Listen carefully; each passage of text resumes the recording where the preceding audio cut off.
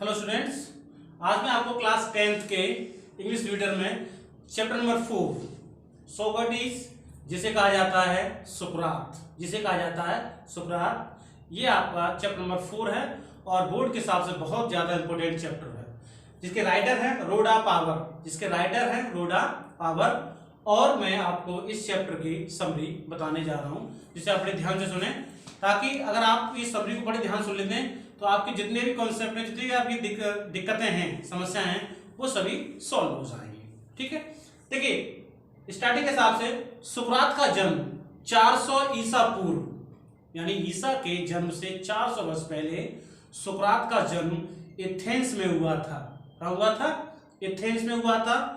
और एथेंस नामक स्थान में हुआ था। ये बालक एथेंस नामक स्थान पर रहता था। ये बालक शुरुआत से बहुत ज्यादा क्रूर था। क्या था? बहुत ज्यादा क्रूर था। उसकी नाक चपटी थी और उसकी आंखें बाहर को उभरी हुई थी, बाहर को निकली हुई थी। यानी ये कह सकते हैं कि ये अपनी उम्र के बालकों में एक कोई सामान्य सा बालक नहीं था, और वो एक निर्धन परिवार से था और वो हमेशा फटे पुराने कपड़े पहनकर इधर उधर घूमता रहता था।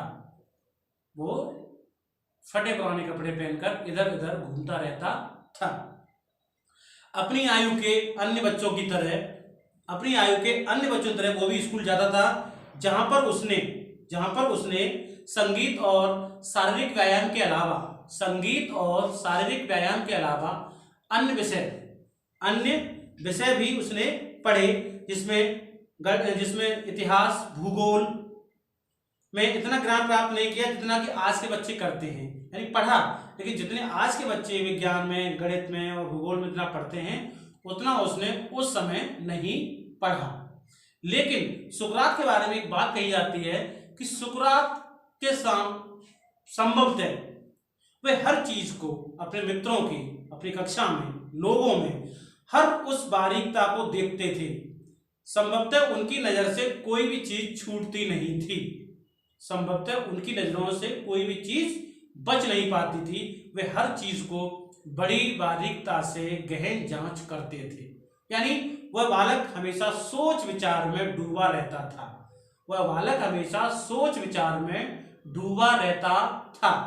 अमूमन उस समय अधिकांश बच्चे क्या होते हैं, जब 10-12 वर्ष की उम्र के होते हैं तो उनका ध्यान खेलने में होता है, अच्छे कपड़े पहनने में होता है, अपने शरीर को दुरुस्त करने में होता है। लेकिन इस तरह की कोई भी विशेषता सुकरात जैसे बालक में नहीं थी। यानी उसने अपने शरीर की ओर ध्यान देना बिल्कुल छोड़ दिया था। उसने अपने शरीर के सुखों के लिए, उपभोग के लिए, आराम के लिए सब कुछ क्या कर दिया था? सब चीजों के बारे में सोचना बंद कर दिया था। सुकरात के पास ना तो बहुत बड़ा मकान था, ना बहुत बड़ा फर्नीचर था। यानी वो एक गरीब व्यक्ति था। वो क्या था? एक गरीब आदमी, एक गरीब बच्चा था। सुकरात नगर में पैदल घूमता रहता था। सुकरात जो एक क्या करते थे? नगर में पैदल घूमते रहा करते थे। एथेंस वाले उनकी उस परिचित शक्ल से सभी लोग क्या थे? परिचित थे। यानी जब भी कहीं सुकरात गली में, बाजार में घूमते हुए पाए जाते थे तो लोग उनसे कह रहे थे, चलो हम सुकरात से बात करते हैं, क्योंकि अब उनकी जो पहचान थी वो लोगों में हो चुकी थी। आगे है, कुछ समय पश्चात सुकरात एक बड़े शिक्षक के रूप में, एक महान शिक्षक के रूप में प्रसिद्ध होने लगे और वे इस काम को करने के लिए भीड़ भाड़ वाली जगहों पर पहुंचते थे और वहां पर जाकर लोगों से बात किया करते थे और वो लोगों से कहा करते थे कि अपने जो भी प्रश्न हैं उनको करना चाहिए, क्योंकि प्रश्न करने से जो मस्तिष्क है उसका विकास होता है और आपके सोचने की क्षमता और भी बढ़ जाती है। उनका कहना था कि वो एथेंस को एक पूर्ण राज्य बनाना चाहते हैं। वे एथेंस को पूर्ण राज्य बनाना चाहते थे, ऐसा उनका अपने लोगों से, वो जब भी होते थे तो वो केवल एथेंस के बारे में बात करते थे कि किस तरीके से एथेंस को एक पूर्ण राज्य बनाया जाए।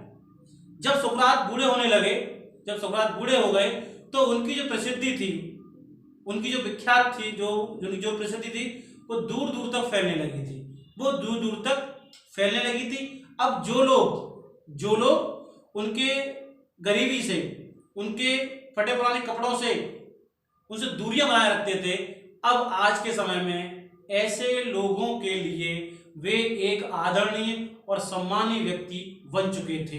यानी उस समय जितने वो प्रसिद्ध हो चुके थे, उस समय जो बड़े बड़े धनवान थे, बड़े बड़े पैसे वाले थे, उनका उनके घर पे आना धनवानों के लिए एक सम्मान का विषय होता था, सम्मान का विषय होता था।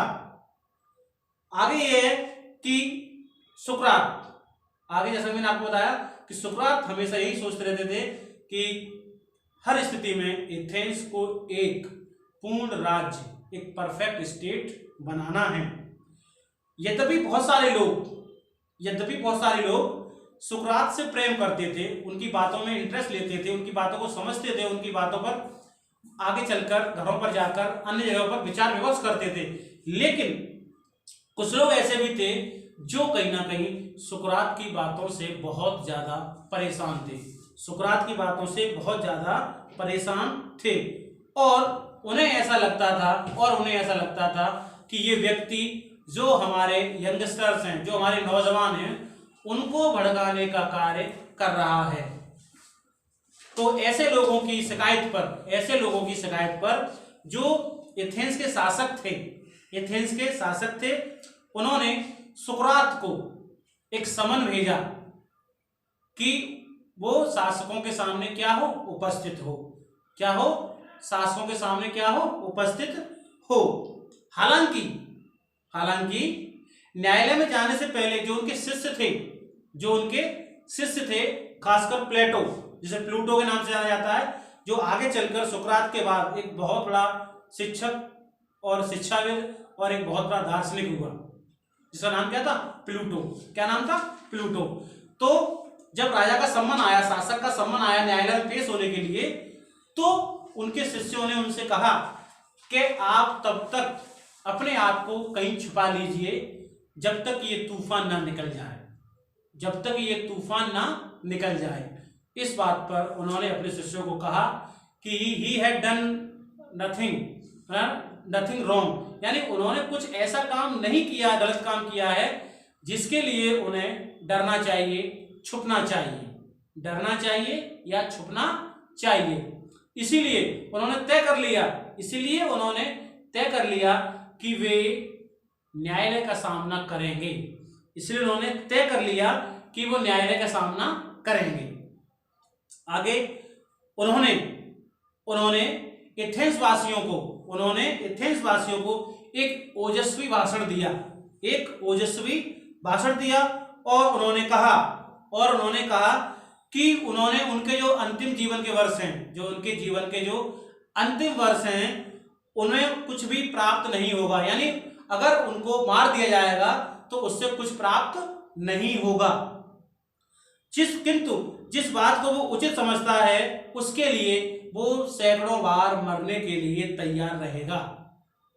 यानी जिस बात को वो सच मानता है, उसके लिए अगर उन्हें मरना पड़े, बार बार मरना पड़े, तो वो इस काम के लिए तैयार रहेंगे या तैयार हमेशा से हैं।